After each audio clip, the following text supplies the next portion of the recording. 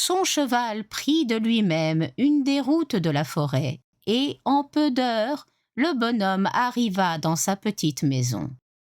Ses enfants se rassemblèrent autour de lui, mais au lieu d'être sensible à leurs caresses, le marchand se mit à pleurer en les regardant.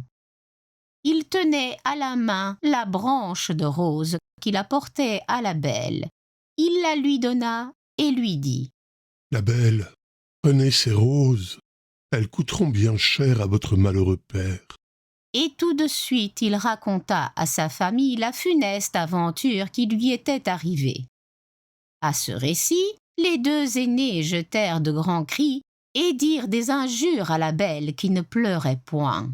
« Voyez ce que produit l'orgueil de cette petite créature, disait-elle. Que ne demandait-elle des toilettes comme nous? Mais non, mademoiselle voulait se distinguer.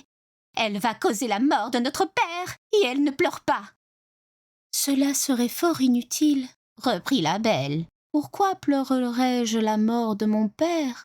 Il ne périra point. Puisque le monstre veut bien accepter une de ses filles, je veux me livrer à toute sa furie. Et je me trouve fort heureuse, puisqu'en mourant, j'aurai la joie de sauver mon père et de lui prouver ma tendresse. »« Non, ma sœur, lui dirent ses trois frères. Vous ne mourrez pas, nous irons trouver ce monstre, et nous périrons sous ses coups, si nous ne pouvons le tuer. Ne l'espérez pas, mes enfants, leur dit le marchand. La puissance de cette bête est si grande qu'il ne me reste aucune espérance de la faire périr. Je suis charmé du bon cœur de la belle, mais je ne veux pas l'exposer à la mort. Je suis vieux, il ne me reste que peu de temps à vivre. Ainsi, je ne perdrai que quelques années de vie, que je ne regrette qu'à cause de vous, mes chers enfants. « Je vous assure, mon père, lui dit la belle, que vous n'irez pas à ce palais sans moi. Vous ne pouvez m'empêcher de vous suivre. Quoique je sois jeune, je ne suis pas fort attachée à la vie, et j'aime mieux être dévorée par ce monstre que de mourir du chagrin que me donnerait votre perte. » On eut beau dire, la belle voulut absolument partir pour le beau palais, et ses sœurs en étaient charmées, parce que les vertus de cette cadette leur avaient inspiré beaucoup de jalousie. Le marchand était si occupé à la douleur de perdre sa fille qu'il ne pensait pas au coffre qu'il avait rempli d'or. Mais aussitôt qu'ils se furent enfermés dans sa chambre pour se coucher, il fut bien étonné de le trouver à la ruelle de son lit. Il résolut de ne point dire à ses enfants qu'il était devenu si riche, parce que ses filles auraient voulu retourner à la ville, qu'il était résolu de mourir dans cette campagne.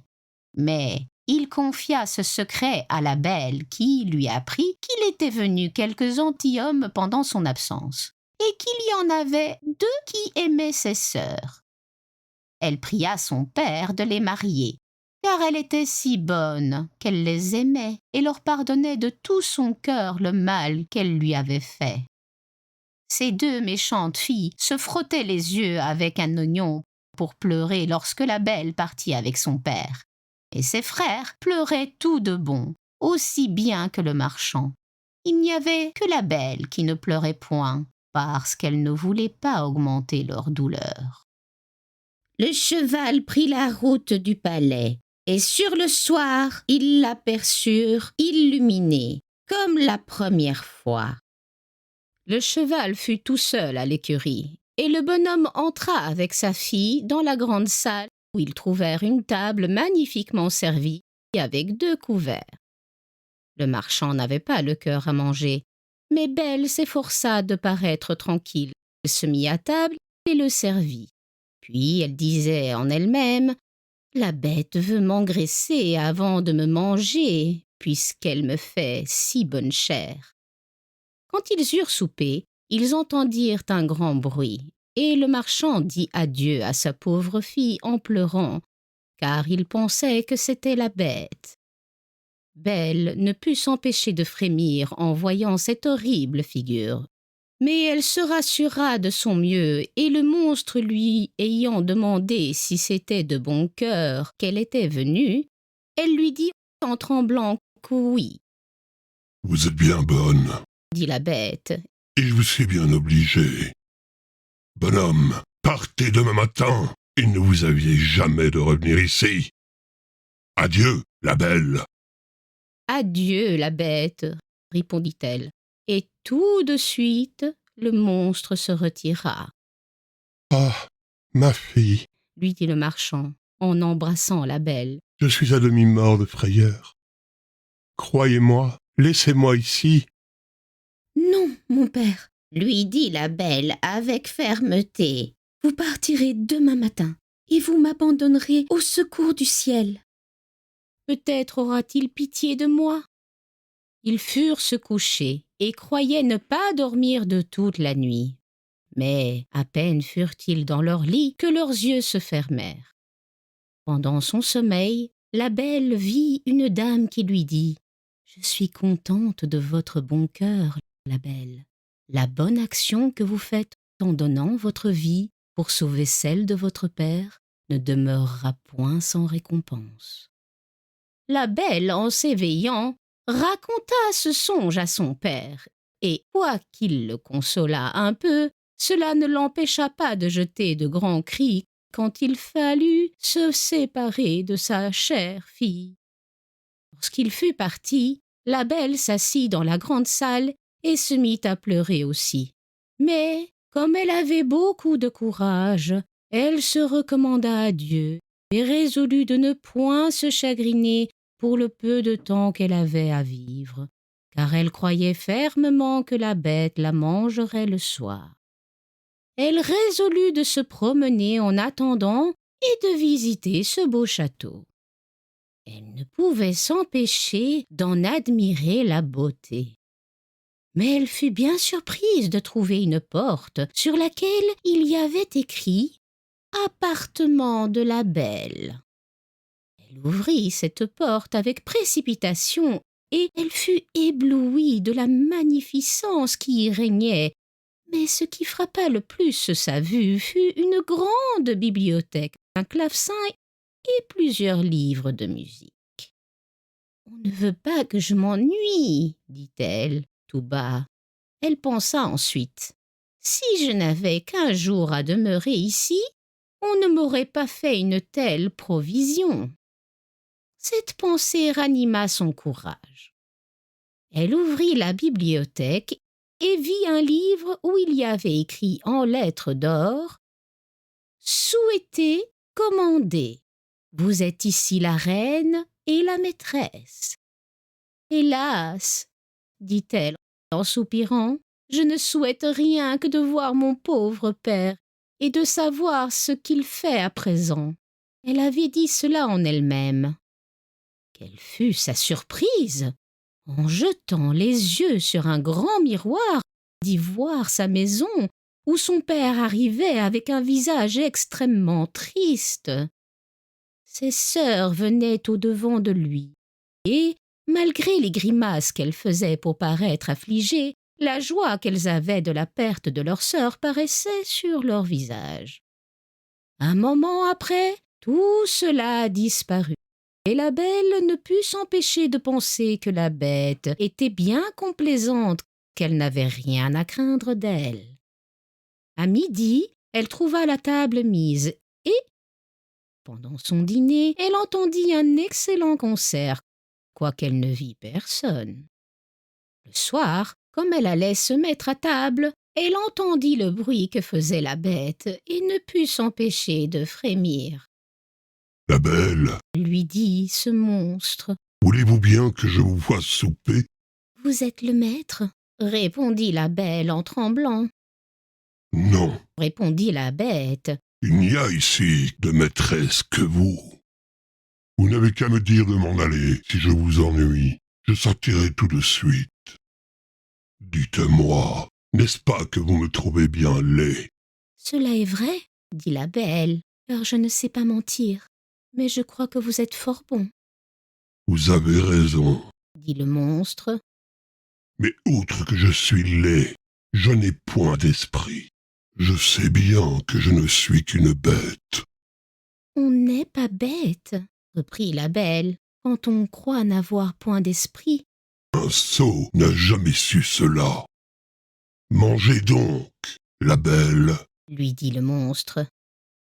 et tâchez de ne vous point ennuyer dans votre maison, car tout ceci est à vous, et j'aurais du chagrin si vous n'étiez pas contente.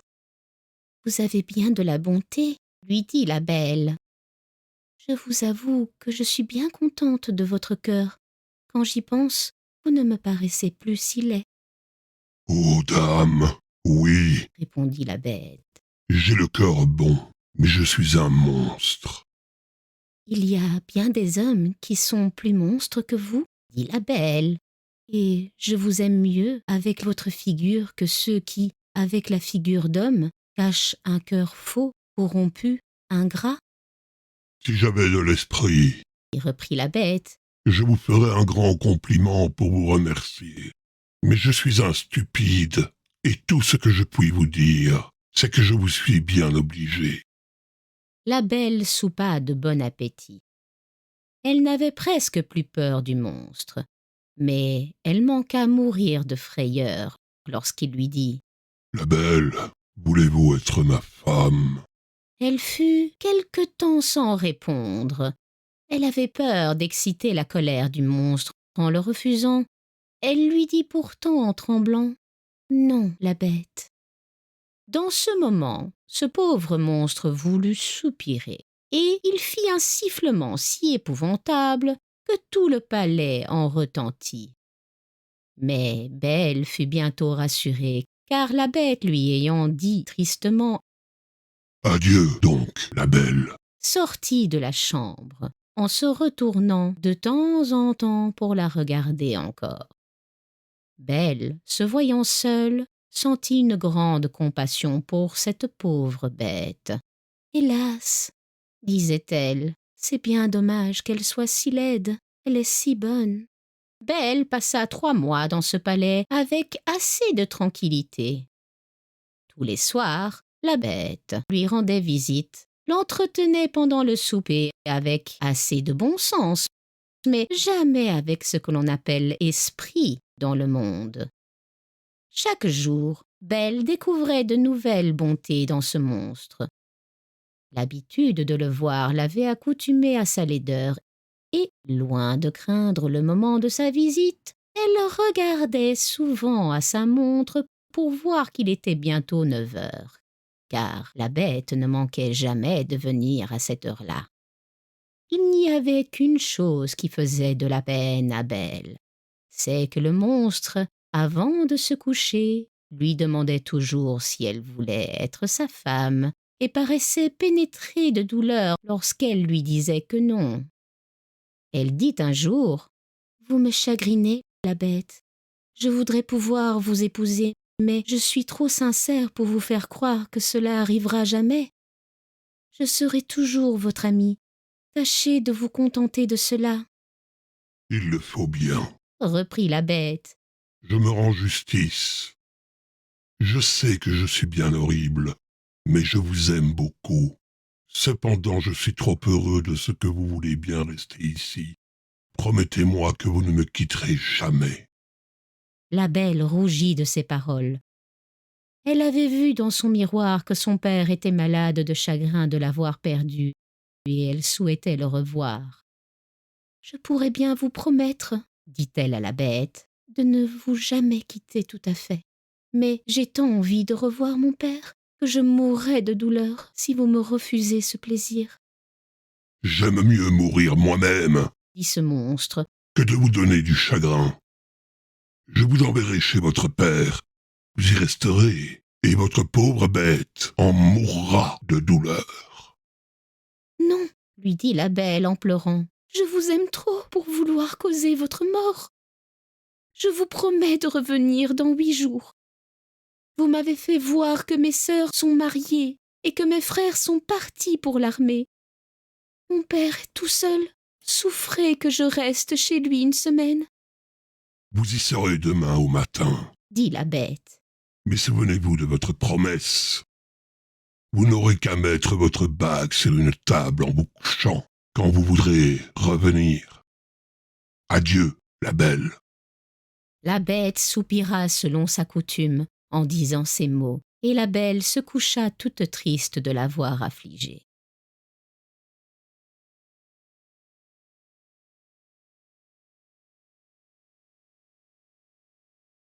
Abonne-toi.